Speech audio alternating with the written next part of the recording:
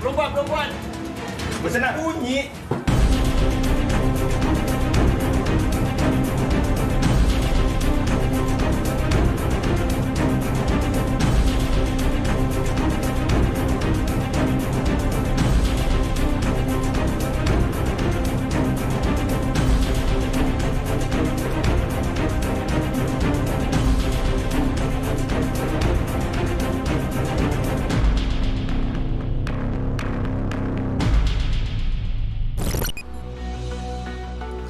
Assalamualaikum dan salam sejahtera. Terima kasih bersama 999 siaran pertama kami bagi tahun 2024.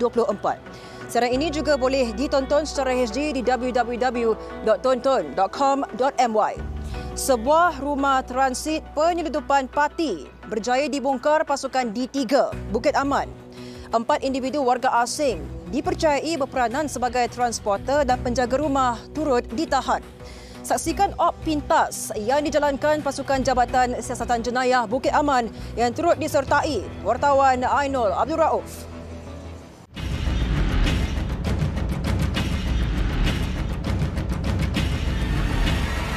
Hei, kau keluar! Keluar, perempuan. Dijanjikan menggunakan speedboat. Keluar. Diorang tahu tak yang diorang pulang ni adalah salah? Ya. Polis Bukit Aman memberi jaminan untuk meneruskan operasi besar-besaran menggempur pendatang asing tanpa izin parti di seluruh negara. Sementara itu, Datuk Seri Ayub berkata, polis sudah mengenal pasti lebih 10 kawasan penempatan utama pendatang asing tanpa izin parti. Operasi bersepadu akan dilakukan dari semasa ke semasa di lokasi berkenaan, bukan sahaja di Lembah Kelang, malah di beberapa negeri lain termasuk Johor, Kedah dan Kelantan. Isu penyeludupan migran atau pendatang asing tanpa izin parti sememangnya bukan satu perkara baru di negara ini. Pelbagai operasi penguatkuasaan dijalankan pihak berkuasa bagi membanteras kegiatan haram itu.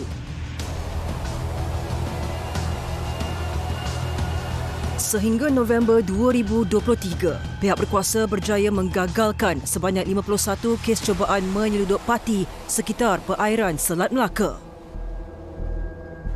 Misi menyekat kemasukan parti ke negara ini dilaksanakan berterusan.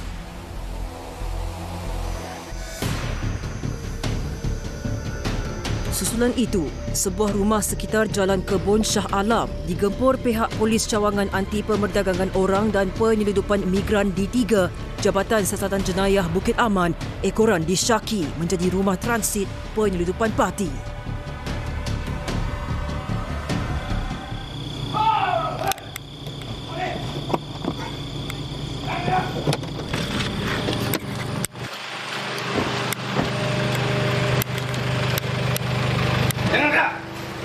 Mana kunci?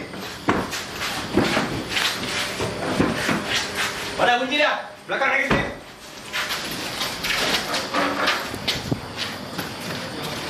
Duduk. Berapa orang lagi? Yang ada di sini. Berapa orang? Ketika serbuan sekitar jam 8 malam, terdapat segelintir warga asing yang dipercayai tidak mempunyai dokumen perjalanan yang sah bersembunyi di sebalik perabot bagi mengelak daripada ditahan pihak berkuasa. Hei, kau keluar! Keluar, perempuan. Bersenang. Bunyi. Ni beg siapa? Beg kau ke? Keluar sekarang. Ada orang ni! Keluar cepat! Kau sembunyi Senyum dalam lagi. ni. Senyum lagi. Ha? Keluar.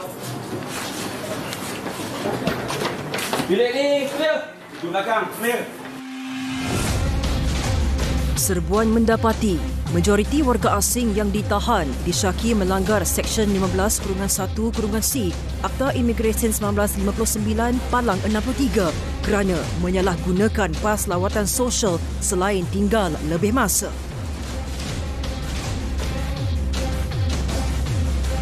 Empat individu lelaki ini antara 59 warga asing yang ditahan dan dipercayai berperanan sebagai transporter serta penjaga rumah transit berkenaan. Aceh. Dah berapa lama dia orang ada dalam ni? Si.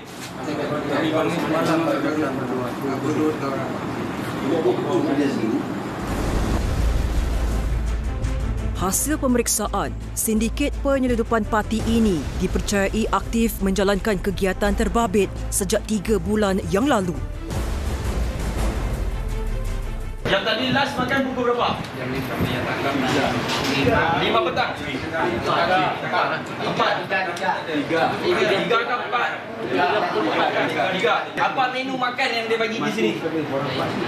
Telur? Tempe? Air apa? Air putih. Tu, mesin kowe tu saja. Selain itu, warga asing yang ditahan dipercayai mendiami pusat transit terbabit kira-kira 3 hingga 5 hari sebelum dihantar pulang ke negara asal melalui laluan yang tidak diwartakan. Macam mana kenal ejen? 2 orang. Dari kawan? Kawan yang masih ada di sini atau macam mana? Majikan? Tapi ya sudah majikan tak gaji saya, saya diantar ke ejen tak tahu telefon saya tahu-tahunya di sini katanya saya. Okey, satu soalan lagi. You orang tahu tak yang you orang pulang ni adalah salah? Mengikut jalan yang salah. Betul? So you orang tahu So terpaksa tanggung sebab you orang nak balik. Okey, dah faham? Kenapa kita buat serbuan? Faham? Faham. Operasi yang disertai seramai 3 pegawai dan 10 anggota bahagian D3 Jabatan Siasatan Jenayah Bukit Aman ini digerakkan hasil risikan selama 2 hari. Macam mana kau boleh ada di sini? Saya kabur kan, lari. Lepas tu sudah ada WhatsApp itu kedutaan sana kan. Dia suruh datang pergi immigration. Tapi saya punya bos itu dia tahu, dia cakap sama saya, kamu jangan pergi immigration, nanti saya cari kamu. Saya kalau kamu pergi sana, kata kamu akan saya buat susah, dia bilang. Kamu cari ejen sajalah. Yang cakap ni siapa? Toke? Toke itu kan. Okay, sebab dia suruh kamu cari ejen sampai ke sini. Lepas tu saya cari ejen. Lepas tu sampai sini. Tambah lelaki berusia 25 tahun ini, mereka diminta membuat bayaran tambang mencecah RM2,000 setiap seorang sebelum ditempatkan di rumah transit berkenaan. Dari sini, kau nak balik ke Indonesia guna macam mana? Itulah dijanjikan sama ejen tu menggunakan speedboat kan dia bilang. Speedboat. Berapa bayaran? Bayaran 1,750 satu orang. Naik speedboat daripada sini ke Indonesia di mana? Itu turunnya di Dumai katanya. Di Dumai? Di Dumai. Sehingga di Dumai saja kah ataupun dia akan urus kau terus? Hanya di Dumai sajalah. Di sini dah berapa hari kau duduk? 2 hari. 2 hari. Kena bayar apa tak? Ada bayar makan RM20 2 orang pas dua kali makan kan. Berarti satu kali makan tu RM10 lah dia minta. Lepas tu rumah lagi minta RM50 kan satu orang. Menurut Timbalan Pengarah Jabatan Siasatan Jenayah Risikan Operasi Bukit Aman, Deputi Komisioner Fadil Marsus, seramai 59 warga asing termasuk 22 wanita berusia lingkungan 16 hingga 40 tahun telah ditahan dalam operasi tersebut. Okey, buka bau. Keluar. Buka bau.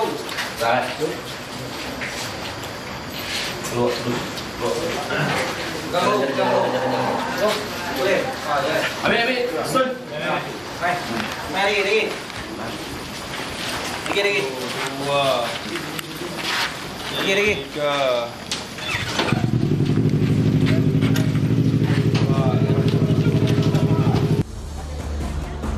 Kesemua warga asing yang ditahan dibawa ke Ibu Pejabat Polis Daerah Shah Alam untuk siasatan lanjut mengikut Seksyen 26A Akta Atipsom 2007, Seksyen 15-1-C dan Seksyen 6-1-C Akta Imigresen 1959 Palang 63. Laporan Ainul Abdul Rauf 999. Oh, memang simpan sini lah. Oh, kenapa tak letak dekat bahagian luar yang boleh nampak? Malah boleh letak habis sana.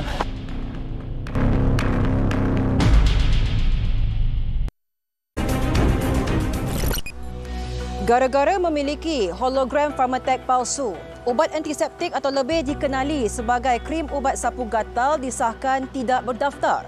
Kesalahan itu terbongkar ketika serbuan ke atas sebuah kedai ubat herba berusia 25 tahun di Kelang, Selangor. Ikuti bingkisan mengenai ubat tradisional tidak sah disediakan wartawan Adisha Khalid.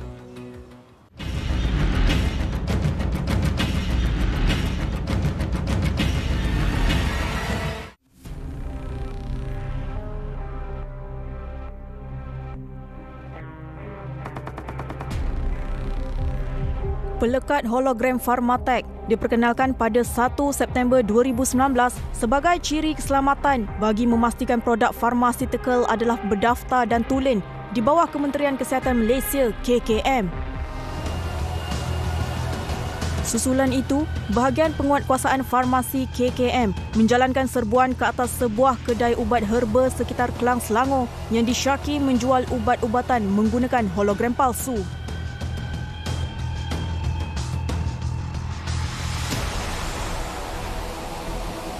Sepatutnya mesti dah tak ada kat market lah sebenarnya. Ni ubat ni untuk apa? Ubat untuk apa? Gatal. Kedai ubat herba yang telah dibuka sejak tahun 90-an ini dikesan menjual ubat antiseptik yang memiliki hologram palsu.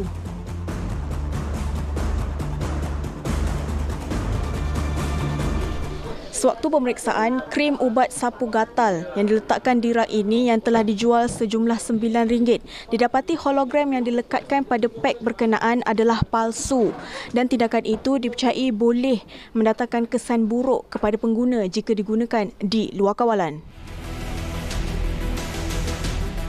Tambahan pula, semua produk farmaseutical perlu dihasilkan di kilang yang berlesen dengan memenuhi syarat amalan pengilangan baik atau GMP. Kita nak memastikan produk ni selamat digunakan oleh pengguna. So maknanya bila pengguna makan, dia tak ada kesan sampingan yang teruk lah. Okey, maknanya dia punya proses penghilangan dia, pembuatan dia, kilang yang ada GMP. Maksudnya bersih. Kilang pun tak banyak kan? Kilang tak banyak. Tapi sebab tu kita perlu you ambil daripada supplier yang di lesen bawah kita lah. You boleh kena tindakan undang-undang lah bawah Akta Jualan Dadah 1952 dan mungkin you boleh kena denda sehingga maksimum RM25,000. Selain tidak berdaftar di bawah KKM, kandungan sukatan bahan kimia yang dikhawatiri melebihi paras ditetapkan boleh mengundang bahaya kepada pengguna. Ramai tak orang beli ubat-ubat ni? Ada komplain ke apa-apa ke? Kalau biasalah, orang datang kita panggil dia bagus, sendiri masak. Macam itu akak-akak campur masak lah. Tentu itu orang macam Buddha, dia tak mau masak, mau pil, macam lah. Tapi pun orang cari sajalah. Ini saya telah pergi macam recommend lah. Saya biasa recommend masak. Sebab masak akak-akak bagus. Sebelumnya ubat-ubat ada tahu ke pasal hologram ni? Hologram biasa dia datang cakap, "Lu taklah takut, saya ada invoice mah." Dia cakap saya semua ada invoice mah, bukan tak ada invoice. Bukan putih-putih tak ada invoice macam. Beli customer beli dia akan masuk ke macam mana? Biasa dia tanya kalau krim untuk gatal-gatal atau krim untuk apa ni kita ambil lagi dia lah, recommend lah. Memang simpan sini lah. Kenapa tak letak dekat bahagian luar yang boleh nampak? Malah boleh letak habis sana. Tak cukup tempat. Tak cukup tempat lah. Ingatnya macam you sorok sebab you tahu itu tak berdaftar ke apa. Tak. Ini semua. Sebab kita krim semua letak sini.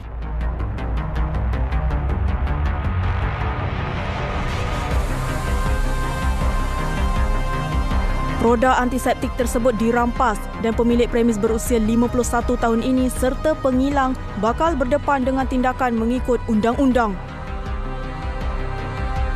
Dalam pada itu, pihak farmasi KKM turut menggesa penjual agar menggunakan aplikasi Pharma Checker dengan mengimbas kod QR menggunakan telefon bimbit terhadap hologram yang ditampal di setiap kotak ubat-ubatan sebelum dipasarkan.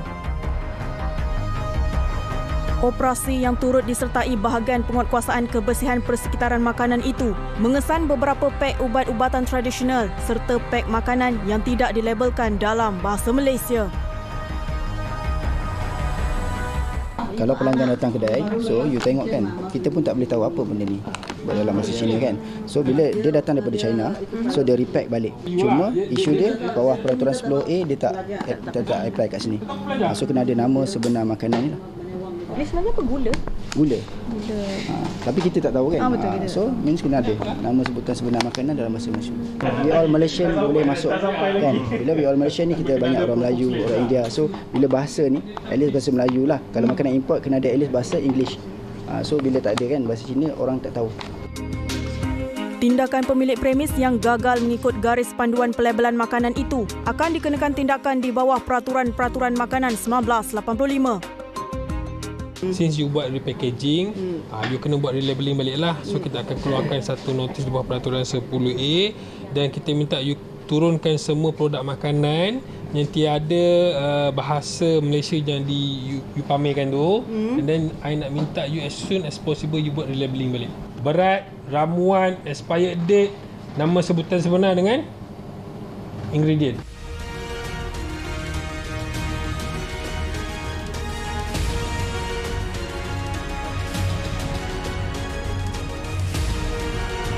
Mengulas lanjut, 2 notis kesalahan dengan jumlah kompaun yang ditawarkan sebanyak RM10,000 telah dikeluarkan menerusi operasi serbuan yang dijalankan pada jam 11 pagi itu. Operasi ini akan terus dipergiatkan oleh Kementerian Kesihatan Malaysia bagi menjamin keselamatan serta kesihatan para pengguna.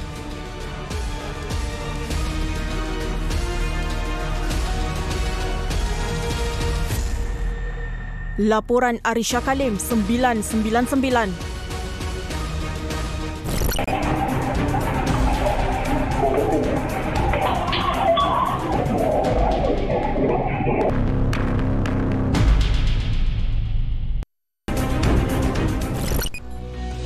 Sebelum ini, perbuatan hianat sekumpulan individu membakar sebuah kedai rokok elektronik tular di laman sosial. Polis mengesahkan sehingga kini suspek masih lagi diburu. Namun, motif dan punca kejadian yang berlaku di Taman Ria Port Dickson itu masih menjadi tanda tanya.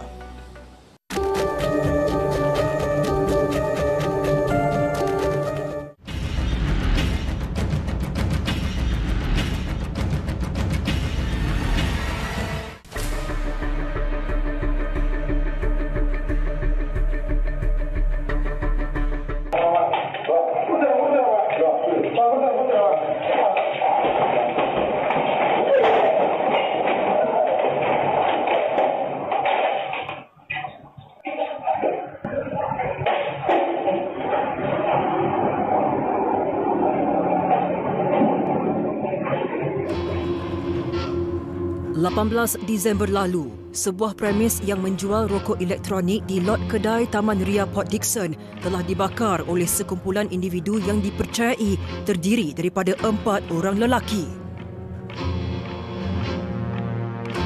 Kejadian yang mengunsurkan khianat telah tular di laman sosial menerusi rakaman video dari kamera litar tertutup CCTV premis berkenaan dan mendapat pelbagai reaksi dari pengguna laman sosial.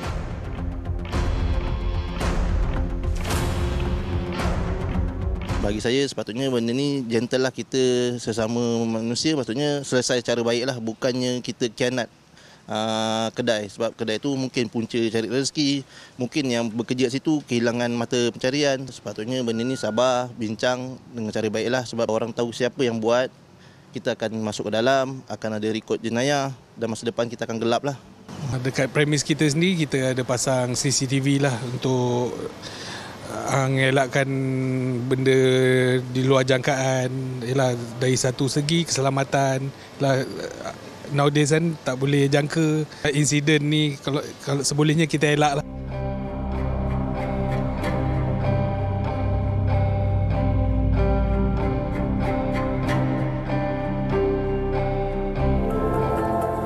Ahad lalu, kru 999 telah ke lokasi kejadian dan mendapati premis yang terjejas telah dibaik pulih sehari sejurus insiden berlaku.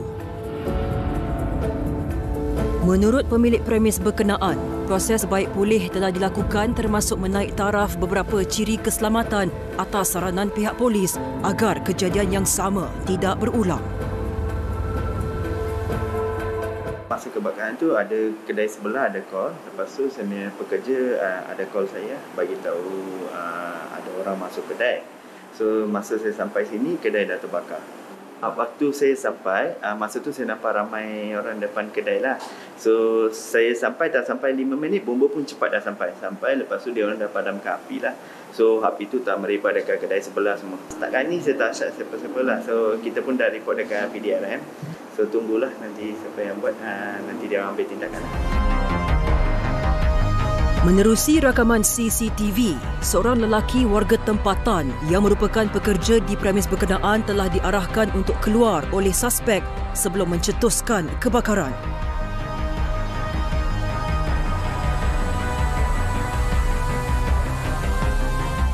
Tiba-tiba ada orang masuk, saya cakap keluar-keluar, saya pun keluar, mesti tu bawa lari lah. Menurut Ketua Polis Daerah Port Dickson, Superintendent Aidi Shah Muhammad, pemilik premis mengalami kerugian hampir RM50,000 akibat tindakan khianat individu tidak bertanggungjawab.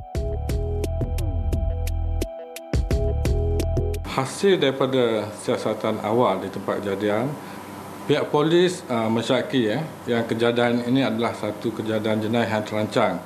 Memandangkan kumpulan individu yang terlibat adalah seramai 4 orang lelaki dan menggunakan 2 kenderaan iaitu motosikal, dan pada masa sama mereka membawa peralatan seperti alat pemetik api dan juga minyak petrol untuk masuk ke dalam premis sebelum memulakan kebakaran. Dan pihak polis juga percaya yang kejadian ini berpunca daripada kemungkinan perasaan tidak puas hati ataupun unsur-unsur dendam sama ada kepada pekerja ataupun pemilik premis tersebut. Pihak polis juga telah membuat semakan di dashcam kenderaan-kenderaan yang berhampiran yang telah diletakkan di premis tersebut. Namun begitu kita masih lagi belum memperolehi maklumat yang boleh menjuruskan pada mana-mana suspek. Siasatan lanjut masih diteruskan bagi menjejaki kesemua suspek yang terlibat. Kes disiasat mengikut Seksyen 436 Kanun Keseksaan. Seorang penghantar makanan maut selepas motosikal yang dinaikinya dirempuh sebuah motosikal lain dari arah bertentangan di Jalan Sungai Landak sekitar Ampangan, Seremban pada 30 Disember lalu. Saksikan perinciannya dalam Tragedi 999.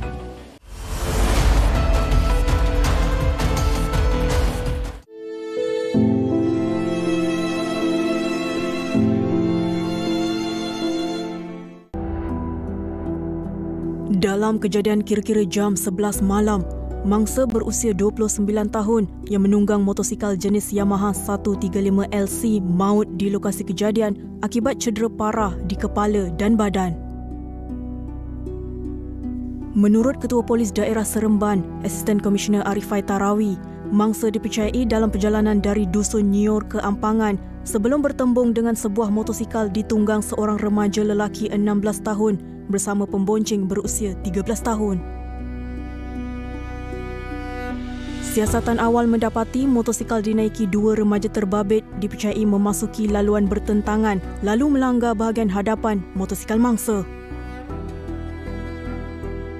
Akibat kemalangan, kedua-dua remaja terbabit mengalami cedera parah dan dikejarkan ke Hospital Tuanku Jaafar Seremban bagi menerima rawatan di zon merah. Manakala mayat penghantar makanan berkenaan dibawa ke Jabatan Forensik Hospital yang sama bagi proses bedah siasat. Pihak polis masih meneruskan siasatan berhubung kemalangan tersebut dan kes disiasat di bawah Seksyen 41-1 Akta Pengangkutan Jalan 1987.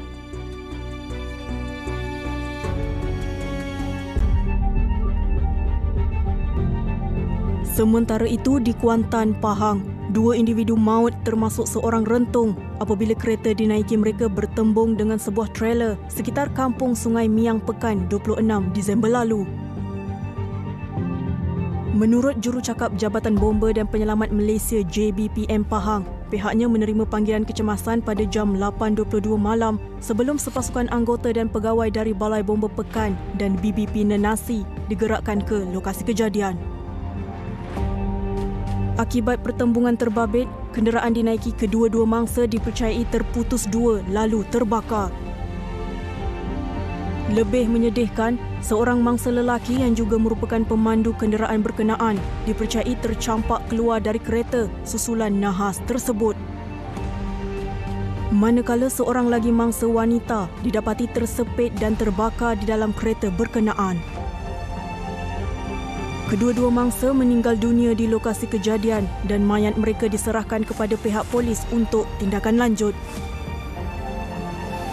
Bagaimanapun, pemandu trailer berkenaan didapati tidak mengalami sebarang kecederaan ekoran insiden terbabit.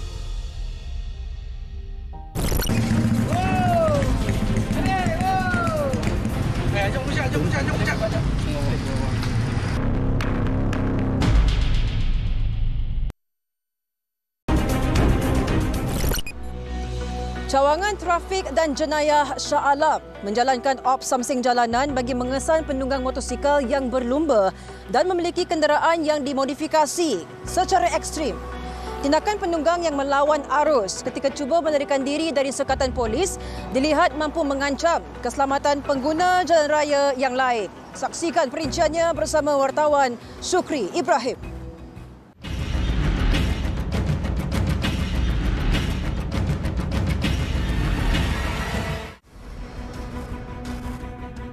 Baru-baru ini, op samsing jalanan bagi memantau kegiatan lumba haram dan penunggang motosikal degil dijalankan pasukan trafik dan bahagian siasatan jenayah Ibu Pejabat Polis Daerah Shah Alam.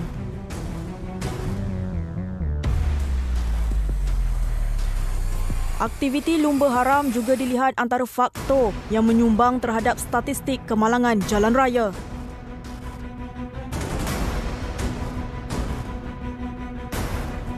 Operasi ini turut melibatkan 6 pegawai kanan, 28 pegawai rendah polis, 2 anggota dari bahagian siasatan jenayah narkotik dan 3 anggota dari bahagian siasatan jenayah.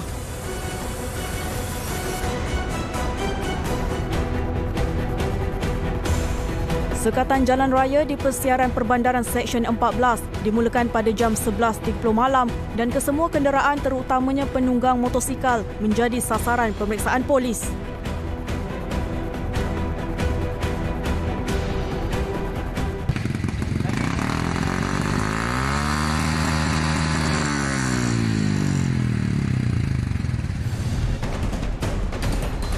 Tiada nombor pendaftaran dan bunyi egzos yang bising antara kesalahan yang berjaya dikesan.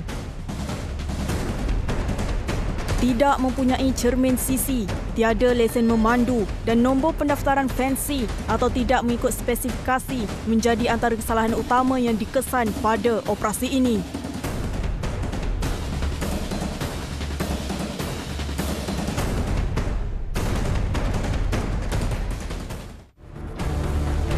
Jam 1.30 pagi, segelintir penunggang motosikal dilihat cuba membuat pusingan U dengan melawan arus bagi mengelak daripada melalui sekatan jalan raya.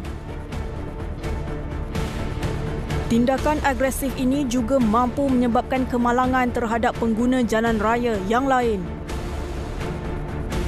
Mereka yang terlibat boleh diambil tindakan mengikut Seksyen 186 Kanun Keseksaan kerana menghalang penjawat awam melakukan tugas dan Seksyen 307 Kanun Keseksaan kerana cubaan membunuh.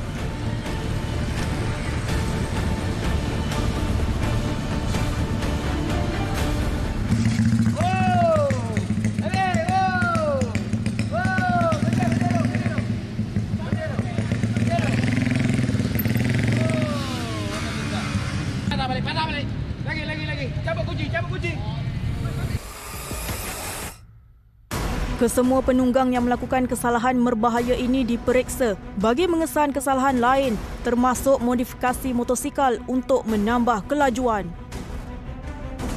Proses dokumentasi turut dilakukan bagi mengesan maklumat kesalahan lampau. Motosikal yang didapati mempunyai modifikasi yang berlebihan akan disita.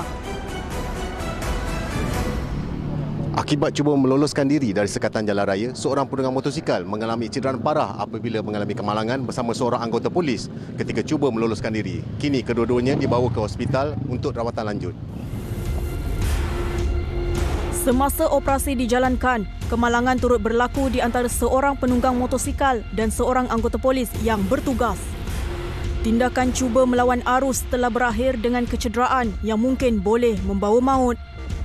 Rentetan kejadian itu, seorang anggota polis dilihat terbaring tidak sedarkan diri dan seorang lagi penunggang motosikal terbaring di sebelahnya dalam keadaan tidak bergerak tubuh badan.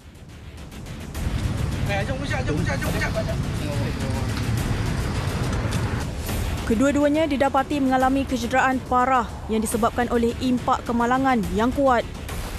Seperti mana yang terjadi pada malam operasi berkenaan, kita dapat lihat apabila pihak polis telah mengadakan sekatan jalan raya, telah menutup jalan, nampak kelibat-kelibat samsir jalanan ini bertindak agresif untuk melarikan diri dengan mengambil tindakan melawan arus. Melawan arus tanpa menghiraukan keselamatan diri ataupun pengguna jalan raya yang lain. Dan pada ketika itu juga telah berlakunya kemalangan melibatkan satu penunggang motosikal bersama dengan satu anggota polis pangkat korporal yang membuat sekatan di jalan tersebut. Kita ada undang-undang kita yang kita akan patuhi dalam menjalankan tugasan. Walau bagaimanapun nasihat kepada pengguna-pengguna jalan raya yang lain untuk memberi kerjasama terhadap sebarang bentuk pemeriksaan yang dijalankan oleh pihak polis. Dan sebarang bentuk orang kata tindakan agresif ni bukan sahaja boleh mengundang ancaman kecederaan, mungkin akan menyebabkan maut dan kematian sebagainya. Kita tak nak benda-benda macam ni berlaku sama ada dari segi pihak polis ataupun pengguna jalan raya yang lain. Penunggang motosikal serta anggota polis yang terlibat dalam kemalangan tersebut telah diberi rawatan awal di lokasi kejadian. Kedua-dua mereka dibawa ke hospital untuk rawatan lanjut. Orang awam turut membantu pihak polis menangani situasi kecemasan itu.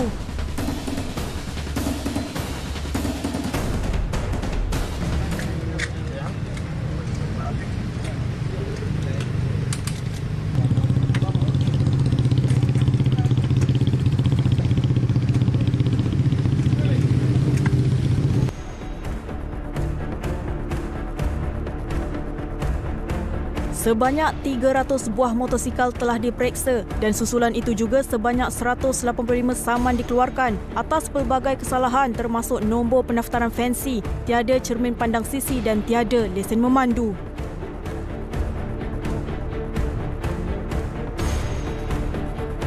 Manakala 43 buah motosikal telah disita atas kesalahan modifikasi yang melampau seperti tiada brek, exhaust bising, tiada cukai jalan dan menunggang secara melawan arus.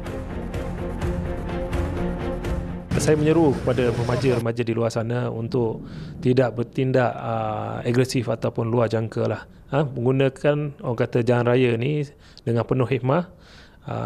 Jalan raya ini kita kongsi bersama, jadi sila akur ataupun ikut peraturan-peraturan yang telah digariskan di jalan raya tersebut. Dan jika ada melalui sebarang sekatan atau pemeriksaan, silalah beri kerjasama. Pastikan kenderaan dan juga lesen yang kita miliki valid, sah sehingga tempoh dia, dan juga kenderaan itu mempunyai aksesori kelengkapan yang lengkap lah. Kesemua motosikal yang telah disita dibawa ke Balai Trafik Shah Alam bagi pemeriksaan lanjut. Operasi tamat pada jam 3.30 pagi.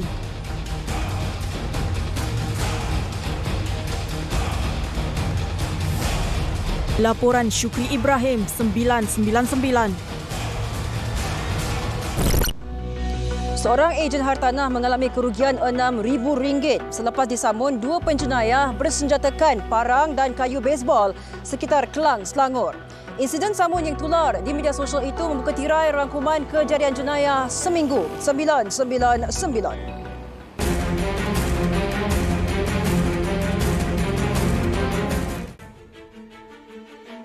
Polis membuka kertas siasatan mengikut Seksyen 394 Kanun Keseksaan terhadap dua penjenayah atas kesalahan samun berkumpulan secara bersenjata dan mendatangkan kecederaan terhadap seorang ejen hartanah 30 Disember lalu.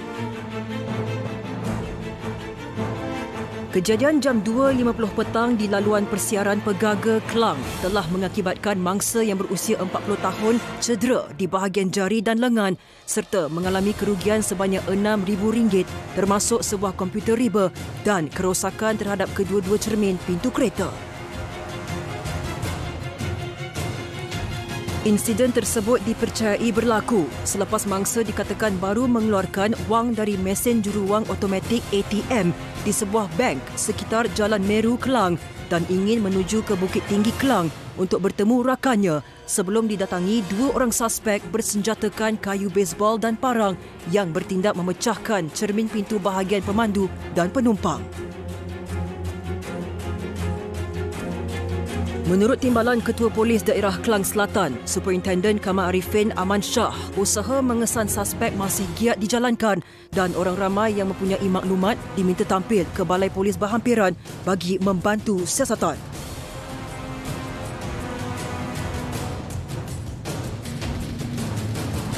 Seorang anggota tentera berusia 25 tahun ditahan ekoran dipercayai terlibat dalam sebuah video tular memaparkan pergaduhan sepasang suami isteri di sebuah flat sekitar Sungai Udang, Melaka 29 Disember lalu.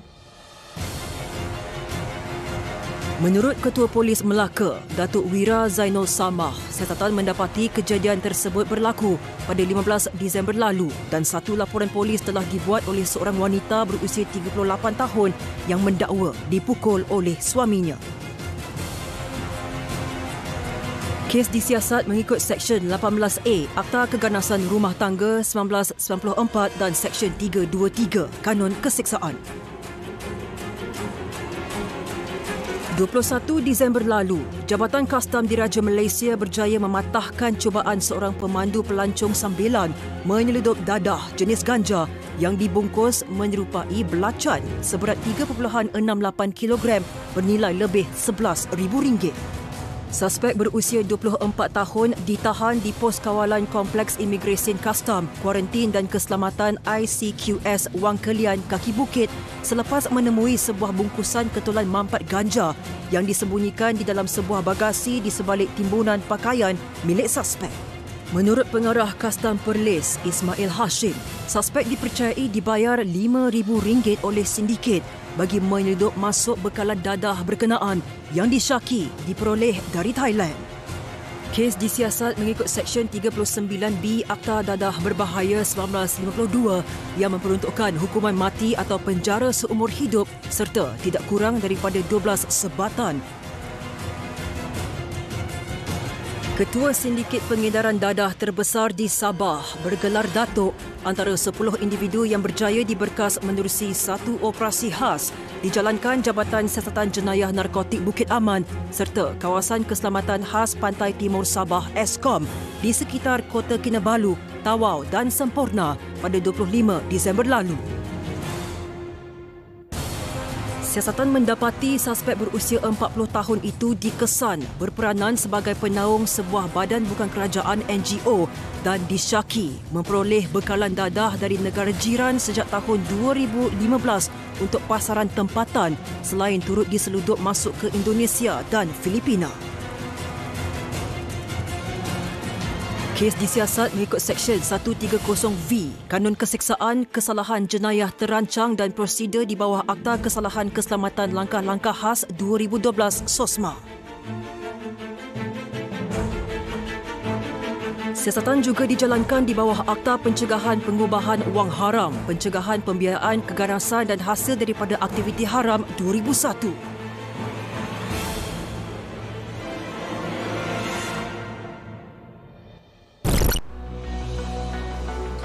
Terima kasih bersama kami sehingga ke penghujung rancangan. Jangan lupa untuk catch up semula siaran 999 di aplikasi tonton dengan memuat turun dan langgan sekarang.